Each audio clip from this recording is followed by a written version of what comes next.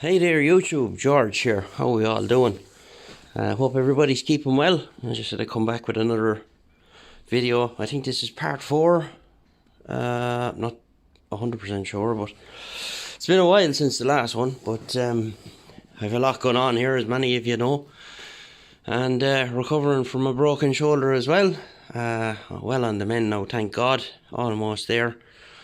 So, since you've seen it last, don't be getting excited.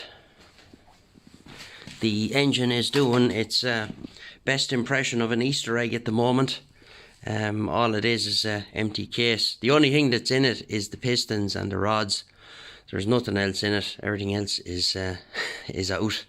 Well, the starter's on it there, but that's about the size of it. Damien and Colin came around there one evening, so I got them to lift it in. Right, the list is long. Long road ahead, so a lot of the mounts were missing. So it's only held in on the top and the bottom at the back here at the minute. So, and I have a piece of wood just in the front here, just so as it's not hard up against the frame. So one of the lads from the old school Suzuki forum, Clive, he's sending over some graph paper with copies of his engine plates for his 711, where you have your Hypersport 750 frame with the 1100 slingshot motor in there. So thanks for that, Clive. I appreciate it. That'll save a bit of time when they get here. So they'll all have to be made. It'll probably go 6mm on the 6mm aluminium on the front plates there. Have some of that in stock.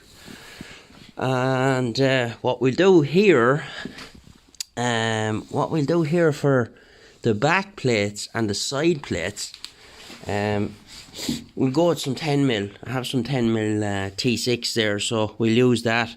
I'll get those spacers machined down that the 10mm plates will go in there. Or I could even machine it out of this side of the spacer here. Out of this side of the plate rather, and on the side then as well. What we copped as well, we have broken, or can you see it there? Yeah, broken mount here. So that'll be another job for you, Damien, to take that up, and it'll have to be drilled out. Quite common on these if they get thrown down the road at all, if they get a bad enough bang. You're going to find that kind of stuff.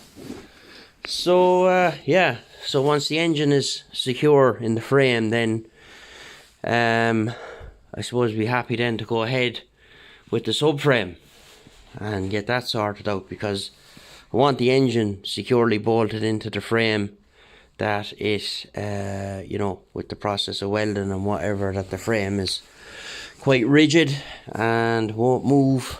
Oh, well, Damien knows what he's doing anyway, so we're also going to put in a bit of extra bracing in the frame. We're going to put a plate across here, and it'll continue around down here and across. It'll be a big plate, probably start there, come over here, it'll bend, it'll come down to about here, and that'll go back across again, just to make it a bit stiffer.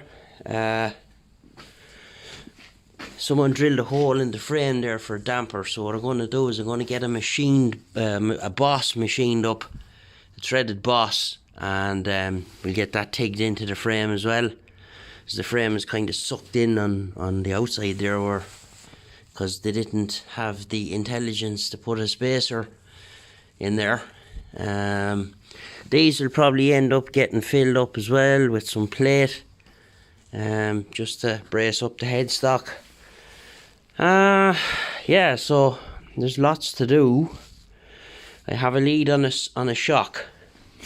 Other friend of mine over there in the UK, he's got something similar to this, Mark Whiston.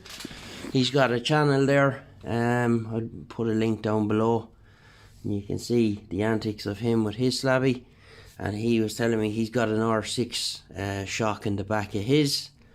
So I have a lead on one of them, but probably be after Christmas, I'd say. You know yourself, this time of the year, other things take priority. We just have a bar in there at the moment, but I'd say we're going to end up having to make up some new dog bones here, because just to get the angle right, because that lever, that shock linkage needs to come down more that way, so as the bottom of the shock will be about here. But that'll all work itself out, and you know, we're not, the best of playing with Suzuki's is that, you know, they're one bits off one, fits off another, so it's an RF 900 back end, so we'll figure it out.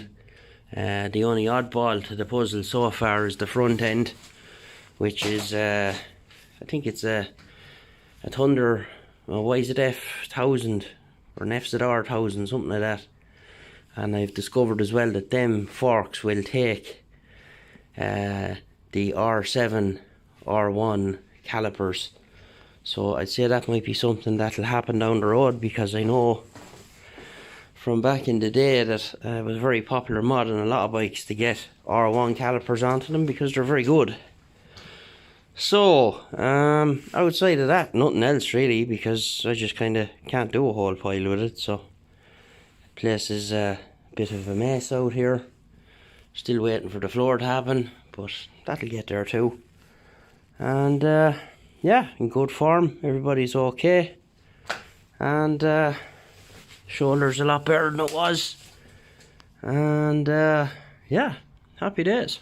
Just made up that little wooden stand there, just holds her up, nothing elaborate, but we make up make up something of a bit of box to hold it up by the swing arm there. And I probably had one before, I made one years ago, so I'll have to go to the scrapyard and get a a scissors jack, and make up an attachment for the top of it that'll, you know, you can just put the drill on it to lift the frame, the back end of the frame up and down when it's up on the bike table, that, you know, if you want to do something with the back end or take out the swing arm or whatever the case may be, you can do it.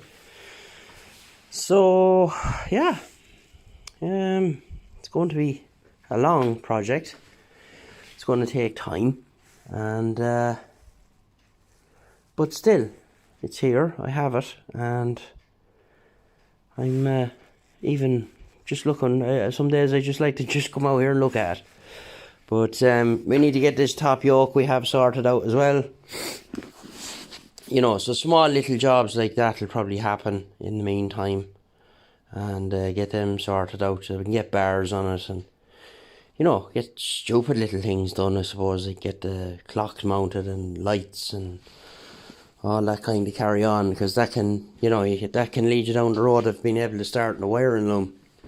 Battery and coils will go under the tank here. There's like a big hump, you know, a void area here. So I'm going to put the battery. We'll probably go with one of the new LiPo batteries you can get now. They're quite small, so make a nice little battery box. Let the coils mount in the front. Not going with an air box, because I don't have one. And just some individual filters, and that'll be that. It's not like it's going to be ridden in the rain or anything, so that's normally where you run into trouble with pod filters. If you're out in the rain and you know, she starts taking in a bit of water, they can object to that. The eagle-eyed among you might have copped that this cover is wrong. I think that's a Bandit one, so we'll have to source the correct one for it. So over time, like, the engine will be a project all of its own. The whole engine will be stripped and fully gone through. You know, check all the crank journals and all the bearings, and replace whatever needs to be replaced. So, you know, most people say to me, "Oh, you're mad, why don't you just go and buy a Bandit 12 engine and put that into it?" Yeah, I could do that, but it's not a 711 then, in the true sense of what a 711 was back in the day. You know, I always wanted, you know, to see that on the side of me block. So it's just something I've always wanted. So yeah, happy days. But and the other side of it then as well is you know, you fully go through a motor, you know exactly what you have. You know that the barrels are good, you know the gearbox is right, you know the clutch is right, the crank, all the bearings, you know the oil pump's good. You you do any modifications that are well documented and need to be done, like open up the strainer intake on the sun pickup and stuff like that. All those mods that people figured out down through the years for these things, just to, you know, make them run a bit better. And with them being oil cooled and the whole lot, you can't be taking any chances. So yeah, so that's pretty much the size of it. So yeah, we'll be looking forward to being able to get out here at that and get back out here and doing a bit of radio stuff as well. So right, I'll leave it there and we'll get you in the next one. Bye bye.